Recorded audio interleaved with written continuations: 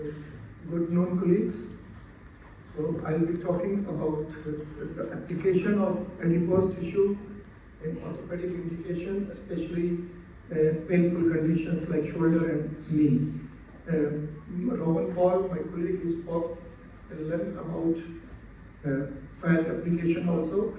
So I'll try to be a little different with what he spoke. So fat architecture, we know it's an organ now, and it can be considered as an organ because it contains so much endocrine function, so much of cell depot, and it's a reservoir of enormous regenerative cells. And we know, compared to the bone marrow, it contains 500 times minimum more mesenchymal stem cells compared to adipose tissue, and it's easy to isolate compared to bone marrow. And the cells have a better homing capacity, though it's not important for us in orthopedic application because we are inputting directly. And advantage of course, aesthetics. The patient feels better that at some areas where it is bulky, we have taken it out. And the application is versatile, from aesthetics, from MSK to cosmetic gynae, wherever wound healing, we have been applying. So it's a very simple process. You take the fat from a lipoaspiration cannula. And the only tip I want to share that you should not aspirate with a big syringe. Try to have a 30 cc syringe, and the pressure should be 400 millimeter of mercury. If you use a large cannula, that means your fragment is large, you will have more MSCs, no doubt, but the viability will be poor. So one should have an adequate, and if it is too low, too small, you will have less MSCs, though the viability will increase, but you will have more oil also. So a 2 millimeter size whole cannula is perfect. A good tumescent hemostasis is again ideal for a better recovery of MSCs from the lipoaspirate. The complications are very less. Hematoma you must have seen, but if you do a good compression strapping, you will not feel it. Embolization of fat is a complication, but if you don't use blunt force and your cannula is 2 millimeter to 2.5 millimeter, the chances are practically zero. So what we can get from adipose tissue, this is what a confusion we all have. My friend Rowan was saying fat doesn't work in cartilage and ligament. So I told him no, microfat doesn't work, but fat-derived cellular portion works. So what you can get from fat, this confusion I want to make you understand. You can get a fat, micro-fragmented fat, that means resizing the fat, or you can get the cellular portion called stromal vascular fraction. So both are different. So micro-fragmented fat, which is being used most over the world, all the clinics, all the devices, they produce micro-fragmented fat. Basically, it resizes the fat to a smaller 600 micron, 400 micron. There are so many companies in the market. The oldest way we all have been doing by transferring from one syringe to other syringe through a three-way connector, resizing it. There are many companies like Ocube, Adenizer, JTL, Lipogem. There are many companies which basically work on the principle of resizing. The advantages explained is it retains the extracellular matrix, the pericyte count is high, and it is minimal manipulated, so it's cool. The disadvantages are that it cannot be considered a cell therapy. It will be a fat transfer. It is practically still the fat. Again, there is a confusion in the literature because the companies, when they promote their product, they show the cell counts are high, the pericyte counts are high, because they have not compared apple to apple. They have compared the pericyte counts or MSC counts from a defined fat to a raw fat. So you should not compare, the comparison has to be similar. Anyway, the key is mesenchymal stem cells. Either you are doing a micro-fragmented fat or you're doing anything. So why don't we take the MSCs only? Why should I take the other part of the fat? So if I want the cellular portion from the fat we call the term stromal vascular fraction or adipose-derived stromal cells. These are the methods how we can get it. So the first method again is mechanical. When you pass through one to other syringe many times so that you break all the fat, so that you get only the cellular portion, you have made all the fat disappear by to and fro. The same mechanical methods which give you micro-fragmented fat, when you overuse them, you get a cellular portion of the stromal vascular fraction. But the problem is, you get practically nothing in terms of good quality cells. The yield is very low, sometimes even zero. The viability is poor, and the functional part, the cells making colonies, the cells becoming working, is very poor. I will show you our results. Enzymatic has been a gold standard, but it is considered more than minimal manipulation. So most of the countries have put a restriction on its use. But if you go into the literature, you will find the maximum publications with enzyme. Okay, so I do not want to discuss much. It's very simple. You put the enzyme, incubate for some time, centrifuge, and you get a pellet.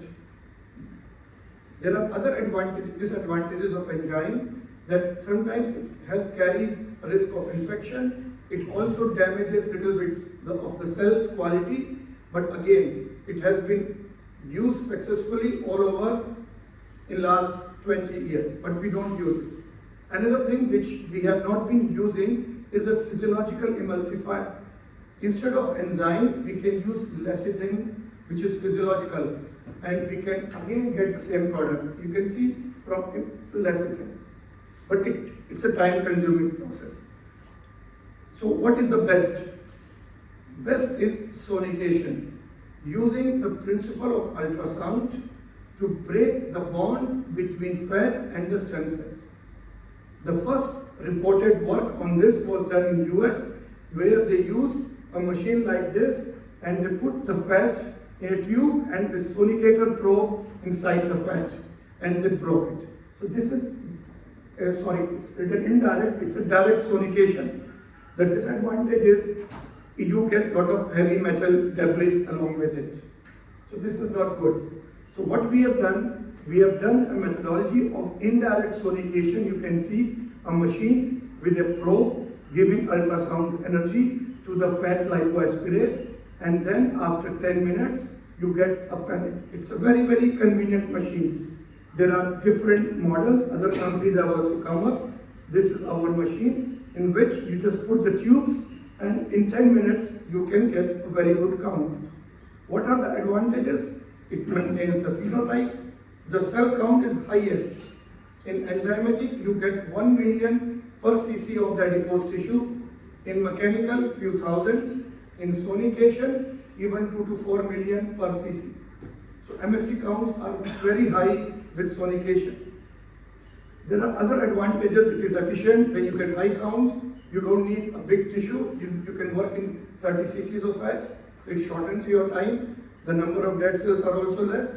And this is what you get at the end. A very good palette of cells.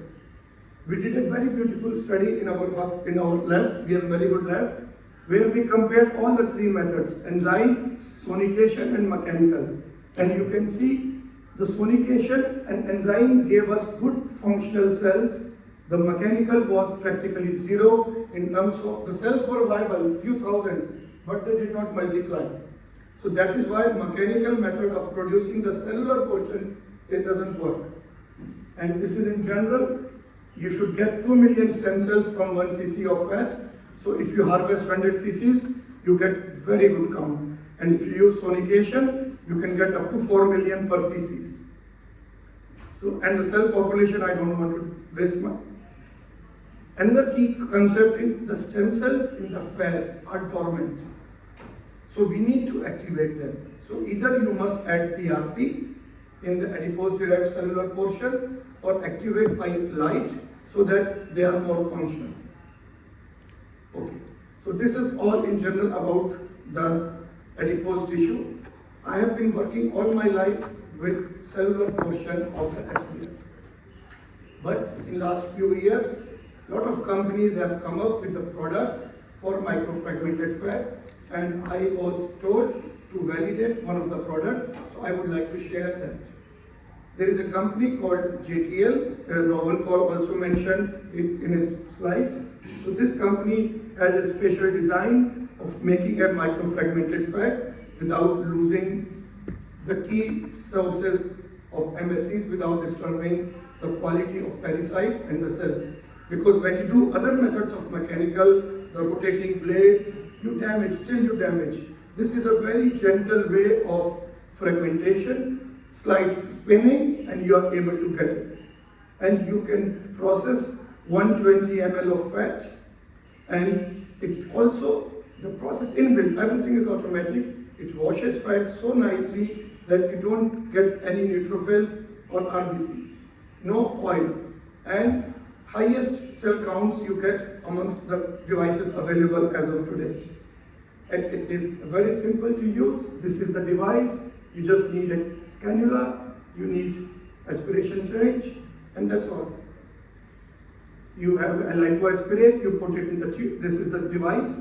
You put it in the centrifuge. 10 minutes you wash it. You put lactate. In the next 10 minutes you have fat. So very simple.